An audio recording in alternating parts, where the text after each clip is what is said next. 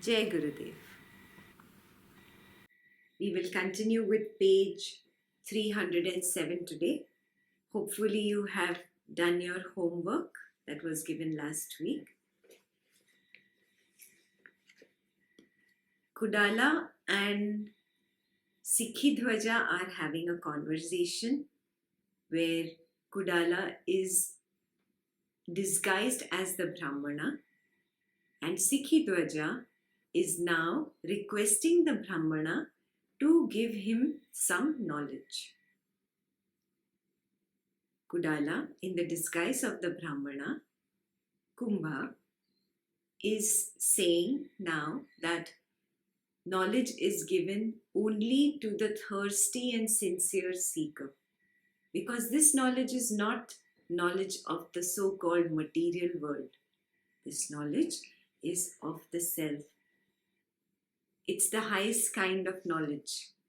And it is given by the Guru to only a sincere seeker. When Sikhidhwaja assures Kudala in the disguise of the Brahmana that he is sincere and that he will really follow the knowledge, then Kudala starts speaking. So the last sentence on page 306 is, after receiving such an assurance from Sikhidhwaja, Kudala said, "Listen attentively. I shall narrate to you a story which resembles yours." So now let's read page 307 and see what is that story that Kudala narrates to Sikhidhwaja. The Brahmana, Kudala, said, "There was a man in whom there was the almost impossible combination of wealth and wisdom. He was endowed with all excellences. He was clever in his dealings. He achieved all his ambitions, but he was unaware of the self. He began to engage himself in austerities with a desire of acquiring the celestial jewel known as the Chintamani, the philosopher's stone, which is supposed to be capable of fulfilling all the desires of its possessor. His effort was intense. So, within a very short period of time, this jewel appeared before him. Indeed, what is impossible for one who strives his utmost. One who applies himself to the task he has taken, unmindful of the effort and the difficulties, reaches the desired end even if he is poor. This man saw the jewel in front of him, within his easy reach, but he was unable to reach any certainty concerning it. He began to muse with the mind, confused by prolonging striving and suffering. Is this the Chintamani, or is it not? Shall I touch it or not? Perhaps it will disappear if I touch it. Surely it cannot be obtained within so short a period of time.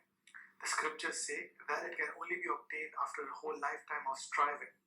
Surely, because I am poverty-stricken, greedy man, I am hallucinating the existence of this jewel before me. How could I be so lucky as to get it so soon? There may be some other great ones who might obtain this jewel within a short time, but I am an ordinary person with just a little austerity to my credit. How is it possible for me to get this so soon? Thus confused in his mind, he did not make any effort to take the jewel. He was not destined to get it. One only gets what he deserves, when he deserves it. Even if the celestial jewel stands in front of him, the fool ignores it. The jewel, just thus ignored, disappeared. Psychic attainments or siddhis bestow everything on one whom they seek. After having destroyed his wisdom, they go away. The man engaged himself further in austerities for the attainment of the Chintamani. The industrious do not abandon their undertaking. After some time, he saw a glass piece thrown playfully in front of him by the celestials. He thought it was the Chintamani. Thus deluded, he greedily picked it up. Confident that he could get whatever he sought with its help, he gave up all his wealth, family, etc., and went away to a forest.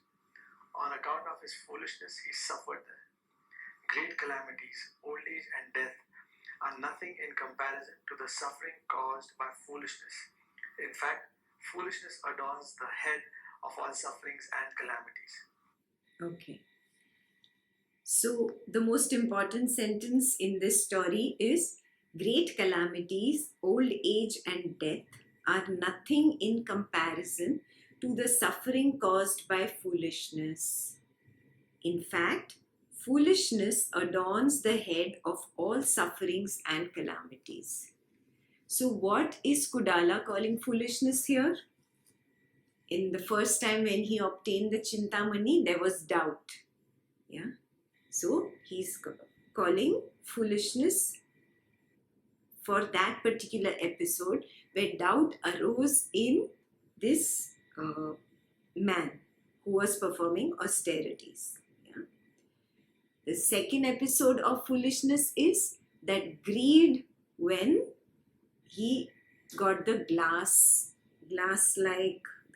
piece thrown in front of him, yeah, by the devas. So that is what Kudala is calling foolishness. We will not analyze this story right now because in the next few pages, Kudala herself will tell us why she told this story, yeah, and what is the meaning of it. So let's wait for it. Let's read page 308. This is a second story. She gives the two stories and then she explains the meaning of the two stories and how they apply to Sikhi Dwaja.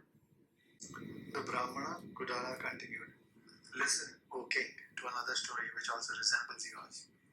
In the Vindhya forests, there was an elephant which was extremely strong and equipped with strong and powerful tusks. The rider of this elephant had, however, imprisoned it in a cage. By this and the repeated use by the rider of weapons like the goad, the elephant was subject to great pain. When the rider was away, the elephant struggled to free itself from the cage. This effort went on for 3 whole days. Eventually, it shattered the cage. Just at this time, the rider saw what the elephant had done. While the elephant was making good its escape, the rider climbed up a tree from which he planned to throw himself on its back and thus subdue it once again. However, he missed the elephant's head as he fell and landed right in front of it. The elephant saw its enemy, the rider, fallen in front of it. Yet, it was overcome by pity and therefore did not harm him. Such compassion is seen even in beasts. The elephant went away. The rider got up, not seriously injured.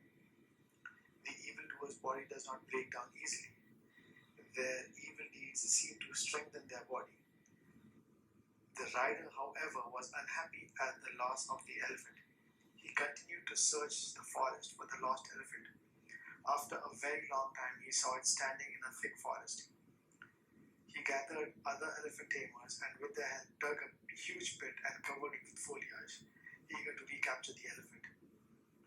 Within the next few days, that mighty elephant fell into the pit, thus recaptured and bound by the wicked rider. The elephant still stands there. The elephant had neglected to kill its enemy, though he had fallen right in front of it, and hence it had to undergo fresh suffering. One who does not, on account of his foolishness, act appropriately when the opportunity offers itself, and thus removes all the obstacles, invites sorrow. By the false satisfaction, I am free, the elephant fell into bondage. Foolishness invites sorrow. Foolishness is bondage. O Holy one who is bound, thinks he is free in this foolishness. Though all that exists in all the 3 worlds is but the self, to one who is firmly established in foolishness, all that is but the expansion of foolishness. This is so clearly explained. You will definitely find opportunities to kill your ragas and dveshas. You will definitely find opportunities to remove all obstacles from the spiritual path. Everything comes in a cycle. These opportunities also come in a cycle. So everybody gets this opportunity of removing obstacles. Foolish is the one who does not take that opportunity and remove the obstacle of his own spiritual progress. Yeah, this is just a story. It's not that the elephant should have killed the rider. Yeah, it is just that when you do not remove the obstacle from your path, it comes back again to you and causes suffering. For example, a particular habit pattern of yours, you get into a frame of mind where you are solid, strong, very, very able to overcome any negative habit pattern. But you do not take this opportunity, and with cycle of life again you become weak in front of that particular habit pattern, and life brings that pattern back to you. Yeah. Homework number 1. Do you have habit patterns which repeat again and again? Do you have same kind of people coming into your life again and again? Do you have similar situations coming back into life again and again? Do you have the same thing happening with you again and again? What does this mean? The first time it happened, I did not learn my lesson. So obviously, that unlearned lesson is nothing but a karmic seed. This karmic seed will again come back to me to teach me a new lesson. If again I don't learn the lesson, again it is pending. It comes back again. Yeah. It repeats again and again in my life and forms a pattern. That's why we have the same patterns of people coming in life, the same pattern of situations. So homework for you is to check, do you have the same patterns repeating in life? Whether it is people, whether it is situations, whether it is things, whether it is habits, whether it is your attitude, your behavior, whatever patterns are repeating in life again and again, just check. Is there a lesson that I need to learn from this? And have I been avoiding that lesson? And if yes, what is that lesson and how can I make myself stronger to really face this the next time it comes? Clear? We'll read the last bold paragraph again. Foolishness is bondage, O Holy One. One who is bound thinks he is free in his foolishness. So per Vasistha's definition, are you a fool? Are you fooling yourself that you are free when you are actually bound? Do a reality check, huh? Though all that exists in all the three worlds is but the self, to one who is firmly established in foolishness, all that is but the expansion of foolishness. Yeah. You really check. Do you see everything as the self? Or in your foolishness, is it just an expansion of your own foolishness? This is the reality check that we all must do. Let's read page 309 and see how Kodala explains to Sikhidwaja the meaning of these two stories. Sikhidwaja said, Holy One, explain the significance of these stories. The Brahmana Kodala said, the wealthy learned man who went in search of the celestial jewel is you, O king. You have knowledge of the scriptures, yet you are not at rest within yourself as a stone rests in water. Chintamani is the total renunciation of everything. Yeah, it is not just a stone, it's just a symbolism for complete renunciation of everything which puts an end to all sorrow. By pure total renunciation, everything is gained. What is the celestial jewel in comparison? In as much as you were able to abandon the empire, etc., you have experienced such total renunciation. After renouncing everything, you have come to this hermitage. However, one thing still remains to be renounced. And what is that? Your ego. If the heart abandons the mind, which is the movement of thought, there is realization of the absolute. But you are overcome by the thought of renunciation, which your renunciation has created in you.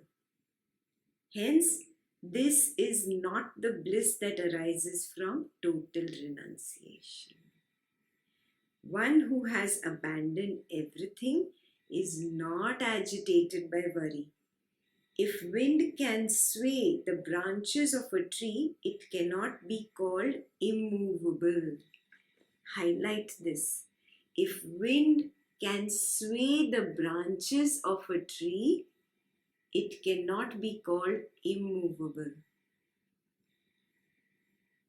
You cannot experience the joy of total renunciation if in the mind you still have that ego of I renunciated, or I am a great renunciator, I am a great sannyasi. If you have that bhava also, that is ego, and that bhava itself will become an obstacle for you to experience the joy of complete and total renunciation. Got it? These first two paragraphs are very, very clear in conveying the meaning that the last thing which really drops on this path is the ego. Because ego is also the first that happened, no? When you came out of the pool of consciousness, the first thing you said was, I am somebody. I am different from this pool of consciousness. That I, that ego was born first. That ego gave birth to the mind, to the intellect, to the memory, and to the senses and the physical body. So ego comes first, and on your journey out, ego drops last. Very clear? Yeah. So even when you say that, oh, I have renounced all this money, that family, this running after this feverishness, that craving, this aversion, I have dropped everything. But if I still maintain that ahankar in me, that I am a renunciate, that also will become an obstacle on my path. Very, very clear? Such worries or movements of thought alone are known as mind. Thought, which is notion or concept, is another name for the same thing. If thoughts still operate, how can the mind be considered to have been renounced? Not possible, no? When the mind is agitated by thoughts, worries, etc., the three worlds appear to it instantly. When the mind is agitated by thoughts, worries, etc., the three worlds appear in it instantly means what?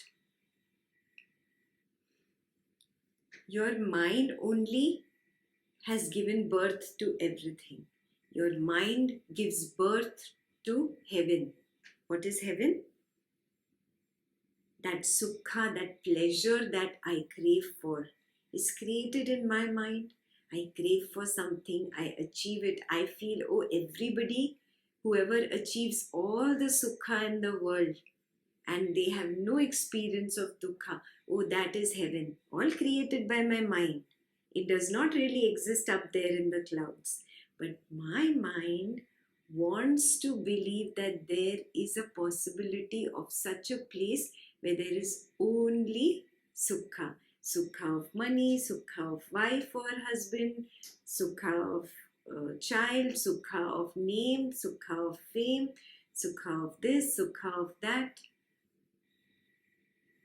You want all the sukha together of this material world, and you create a place in your own mind and you call it heaven. That is one world.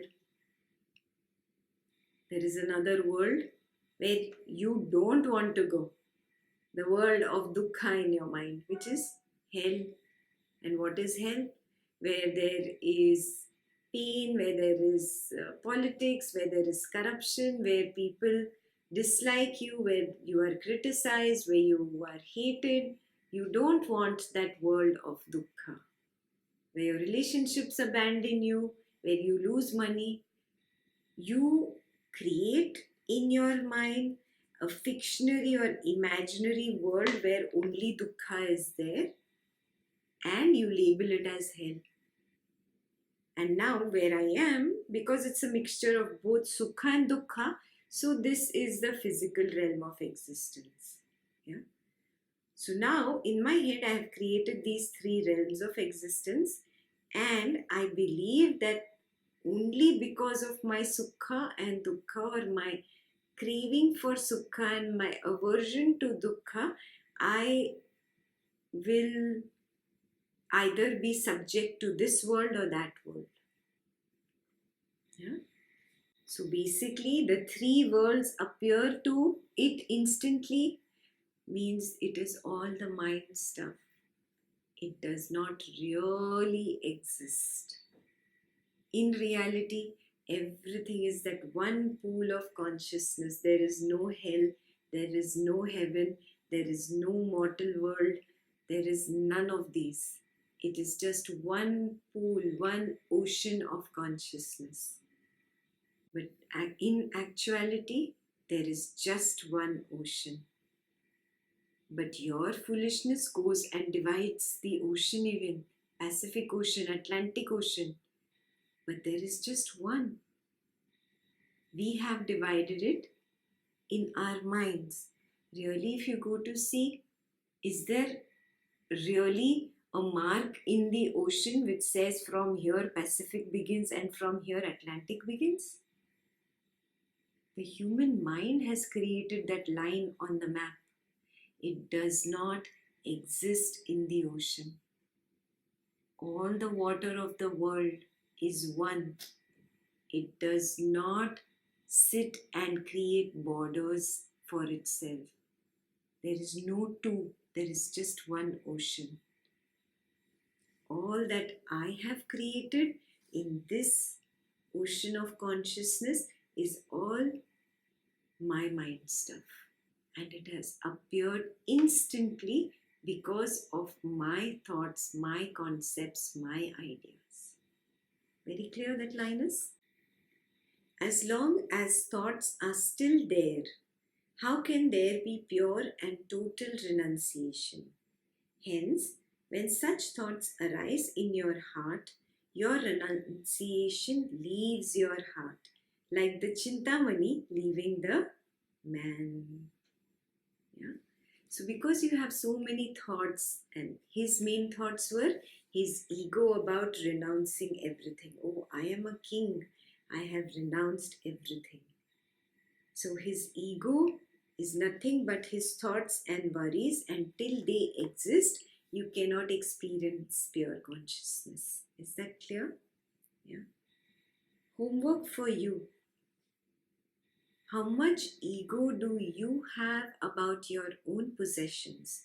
Whether it is material possessions, house, car, money in the bank, properties, whatever, stocks. Whether it is people in your life. Yeah, oh, I have this kind of a husband, I have this kind of a wife, I have this kind of children. Oh, my parents, check, really check. What are you really egoistic about in your life? The more you do self-contemplation, the clearer it will become for you what will be your own last obstacles on your own spiritual path. Yeah?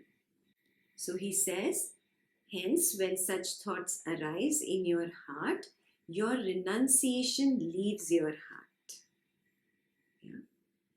Just like the Chintamani left the man. Because you did not recognize the spirit of renunciation and cherish it, it left you, taking with it freedom from thoughts and worries. When thus you were abandoned by the jewel, that is the spirit of total renunciation, you picked up the glass piece. And here, glass piece is what? His austerities, his yogic practices, the kriya that he spoke about 2 pages ago. All these austerities, he picked them up. That Vasistha is calling as glass pieces. Yeah? And Chintamani is total renunciation. Yeah? Next homework for you. Are you holding on to glass pieces or are you holding on to Chintamani? What is your focus? What are you running behind? Even on the spiritual path you're running, do you notice that? What are you thirsting to attain? Glass pieces or Chintamani? You began to cherish it on account of your own delusion.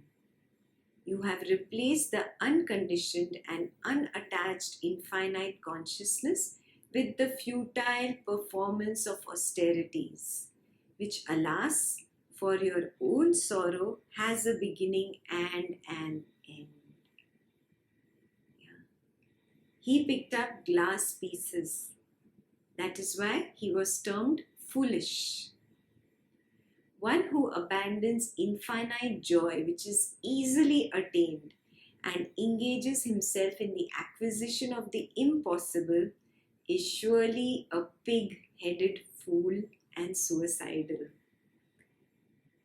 Vasistha uses very strong terms, na? You check. Is he talking about you when he says, when he addresses a pig-headed fool and a suicidal fool? Is he talking about you? Reality check. Yeah. You fell into the trap of this forest life and did not strive to sustain the spirit of total renunciation. You abandoned the bondage to kingdom and all the rest of it, but you have become bound again by what is known as the ascetic life. Now you are even more worried than before by cold, heat, wind, etc., and hence more firmly bound. Just because you let go of a kingly life, the kingly pleasures, and go into the forest and roam about like an ascetic does not mean total renunciation, because renunciation is not external. Renunciation is internal. When Kudala could renounce everything while living in the palace and attain enlightenment, Sikhidwaja chose to become an ascetic. Yeah? But still he was holding on to his ego. So this is a very beautiful example to show us that we can all get enlightened sitting in our family structure, sitting in our societal structure, surrounded by all the Maya of the world. We can become enlightened just by total renunciation of everything here. Do you get it? Renunciation is not required here. Yeah. Now you are even more worried than before by cold, heat, wind, etc., and hence more firmly bound. Foolishly thinking, I have obtained the Chintamani, you have really gained not even a piece of crystal. This is the meaning of the first parable. One more homework for you. You have been on the spiritual path for a long time now, correct? Now you check whatever things you feel you have achieved on this path, are they really Chintamani or are they really crystal pieces? Yeah. You check. We will now move on to page 310. Let's read page 310 and understand the second parable. Yeah. What is the meaning of the second parable and why was it relevant to Sikhi Dwaja? The Brahmana continued. Now listen to the significance of the second parable. What was described as the elephant in the Vindhya hills that you are on this earth?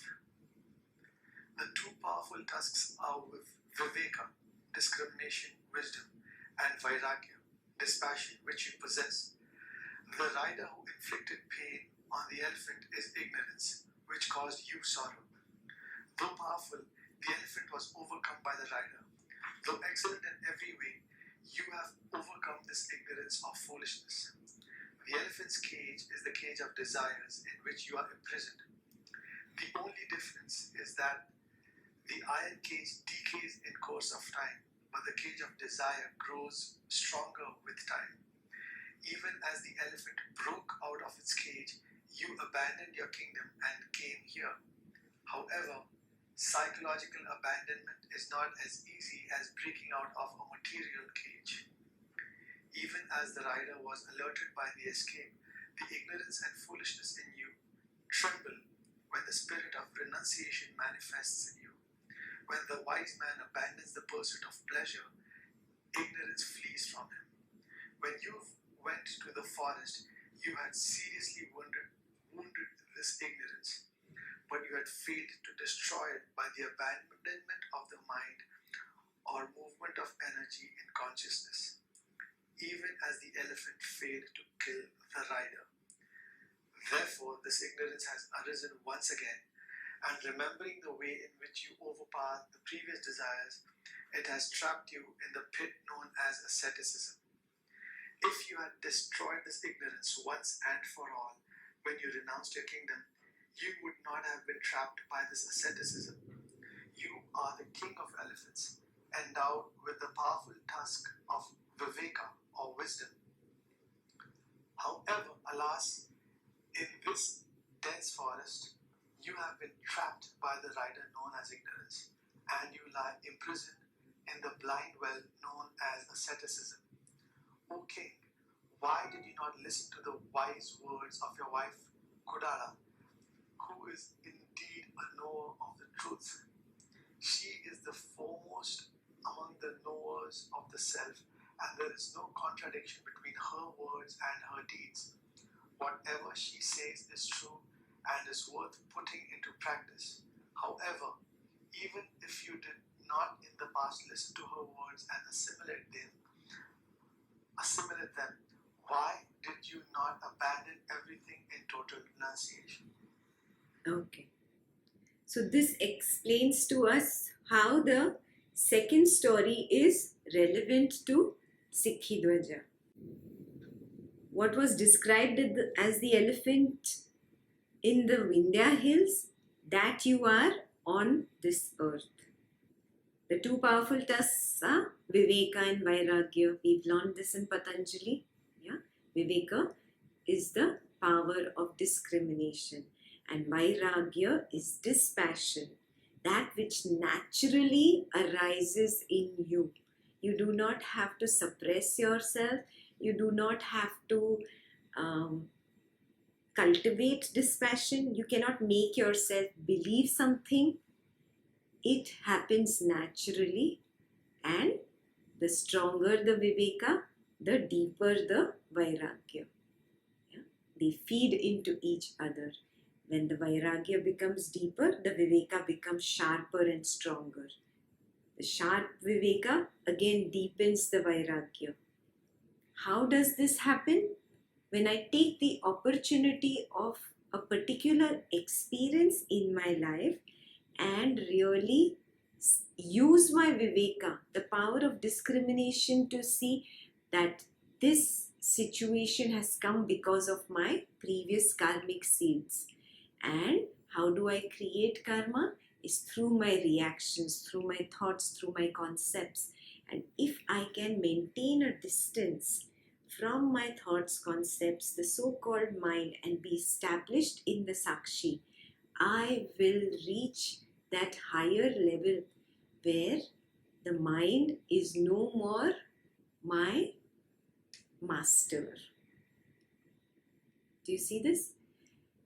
Mind is equal to ignorance or Maya because it was born out of Maya. But I am pure. I came out of that pool of consciousness. I am that pure water droplet that came out. I am clear, transparent, colorless. But the moment there was this ego, I put on color. I became blue color water drop. And I put on thoughts and concepts and ideas, and I got red color and yellow color and orange color, and I became this colorful water, which has now really become muddy and dirty. But the water droplet is still water. Yeah. All I need to do is discard that color, take that step back and be in that clarity that I am. I am that pure, transparent, clear water. That little droplet that is thirsting to go back to the ocean where it came from. And only Viveka helps you understand this, and that in turn deepens and strengthens your Vairagya. It cannot be strengthened without your firm understanding. Not by a firm by-hearting of scriptures, not by your listening to another person can this happen, but by your own experience and your own understanding from your self-experience. Got it? Ekta's words cannot help you experience it. Only your strong determination on the spiritual path can help you experience it. Are you seeing the difference? Right now, if Vasistha is telling you something, or Ekta is telling you something, or Guruji is telling you something, it is their truth. It is another person's truth. It has still not become your truth. To make it your truth, you must actually exercise your own viveka. Is this clear? Yeah. That viveka which has exercised and gone to the gym and has become super strong viveka, that viveka itself helps vairagya blossom naturally, beautifully. You get this? Vairagya cannot be forced on us. We have to develop and blossom naturally into that flower that has Vairagya. The fragrance of Vairagya goes out naturally from this flower. And that fragrance drops off all temptations. That fragrance itself combats the temptations drop off. You don't have to make an attempt or say to yourself or have an idea or a rigid thought in the mind that I have to drop this. It drops off. You don't even realize it. You don't even say it in your mind. So there is no place, there's no room for thought. When there is no room for thought that I am renouncing this or I am renouncing that, or I have to make an attempt to renounce this or I have to make an attempt to renounce that, then there is no room for ego. Do you see where I'm going? Yeah. When there is no room for ego, then only you experience that complete hollow and emptiness within, that peace within, that silence within. And that silence is that pure joy of renunciation. Yeah. But what can prevent you from experiencing this pure joy of renunciation? Ignorance or Maya. This Maya is sitting on you, on top of you, and is always trying to control you. Though you are a strong elephant, you have the two tusks of Viveka and Vairagya, but the problem is you've not developed them. You're not very strong. So even when you see Maya lying in front of you and you have the strength to totally crush Maya and go over it, you do not, because the tusks of Vairagya and Viveka are not very strong and not developed enough. Is this clear? The rider who inflicted pain on the elephant is ignorance which caused you sorrow. Though powerful, the elephant was overcome by the rider, which is Maya. Though excellent in every way, you are overcome by this ignorance or foolishness. Do you get it?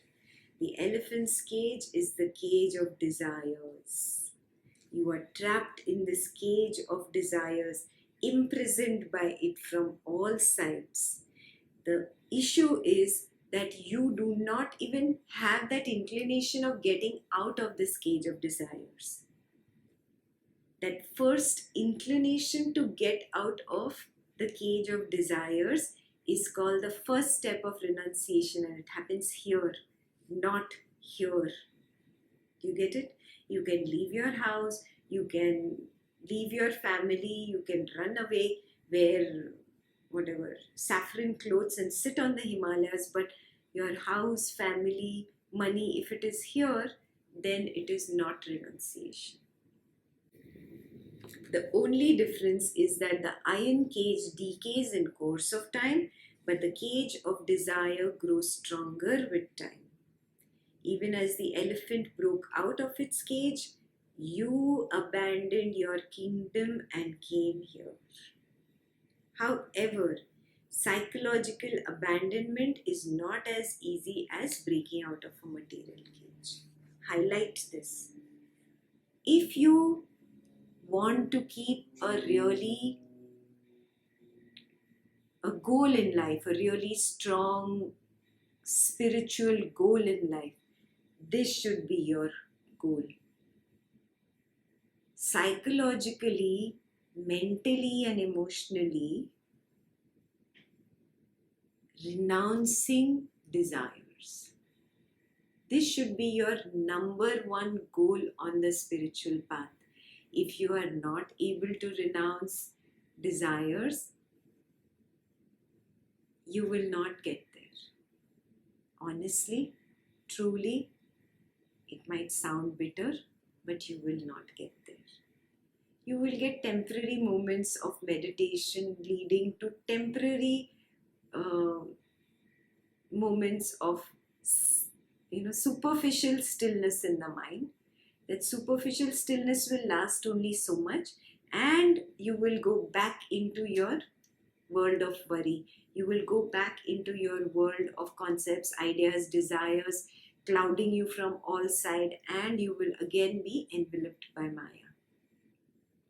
So superficial stillness is not sufficient because it is only the cream layer of the cake. But the cake has this subconscious and unconscious mind layer. It is deeper, and that's where all the desires live. The desires don't usually live on the superficial top icing of the cake layer. Remember this. whenever you just meditate and compromise for, I just want a little bit of peace. So this is all you get, little bit of peace for that meditation time, for that kriya, for that course that you do, few days, 5, 6 days, 8 days, 10 days. After that, you are back into the same smoke of Maya. And smoke envelops you from all sides. You cannot fight smoke. You cannot push away smoke. Smoke is smoke.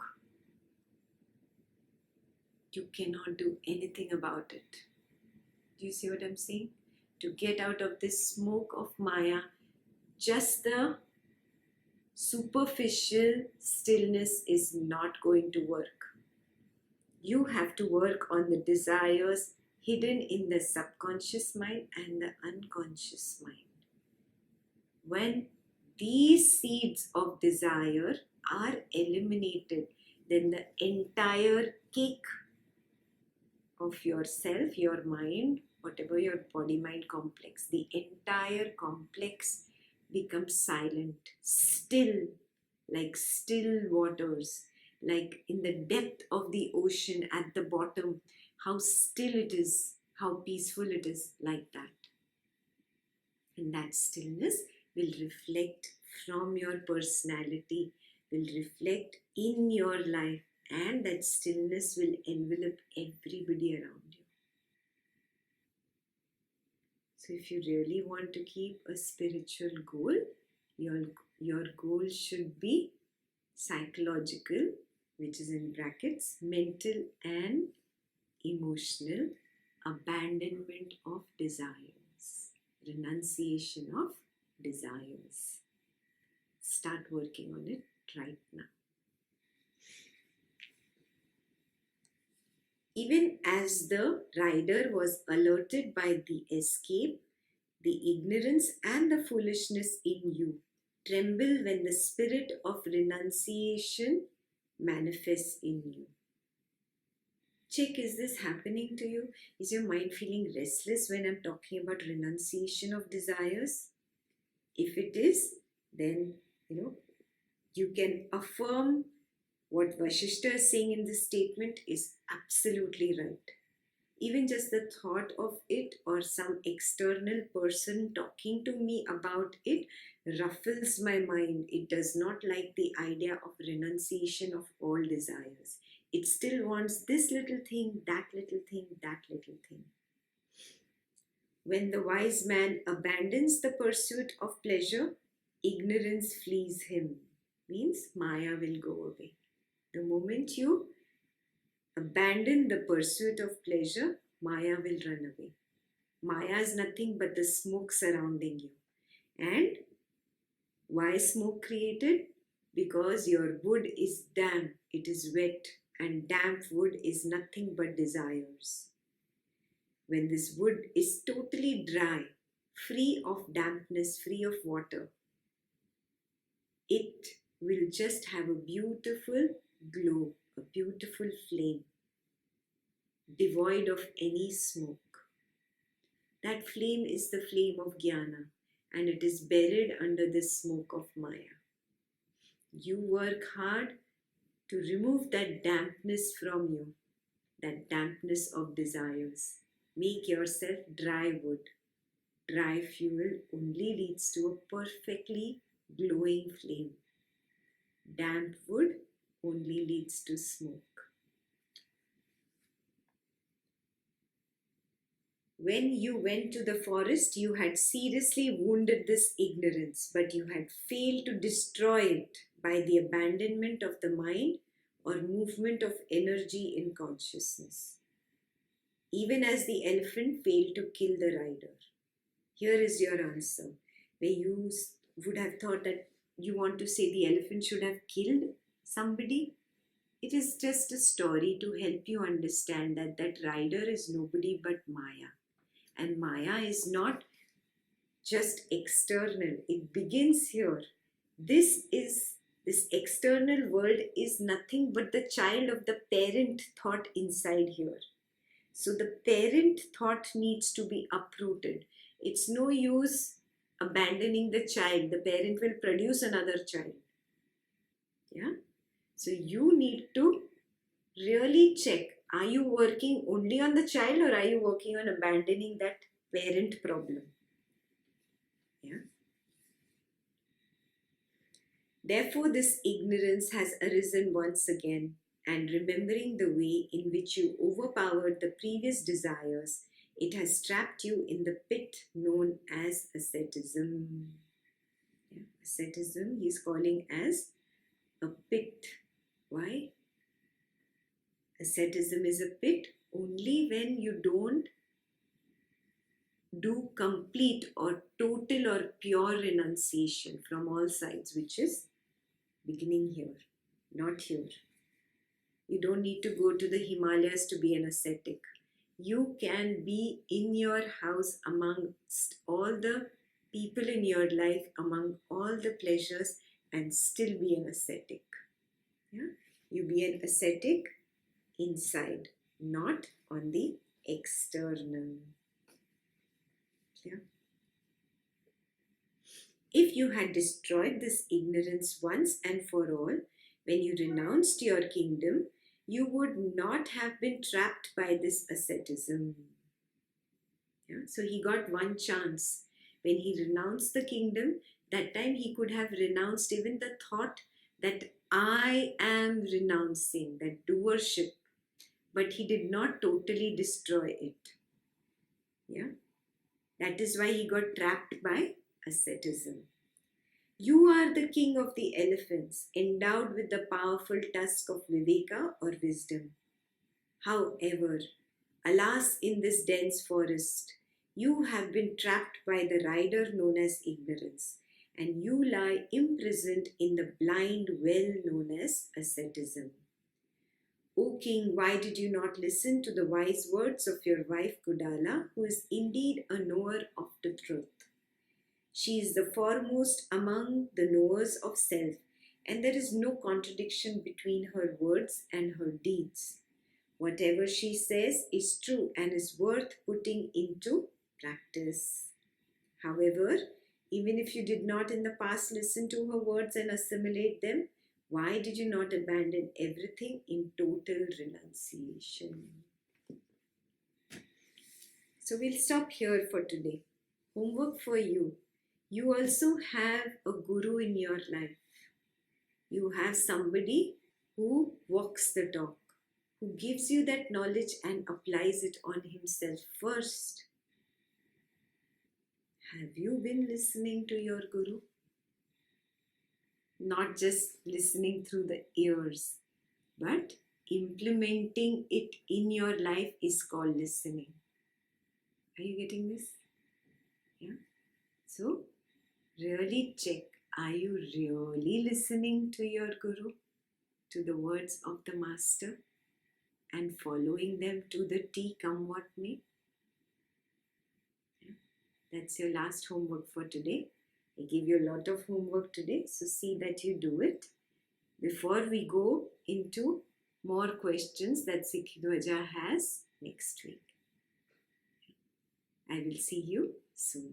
Jai Gurudev.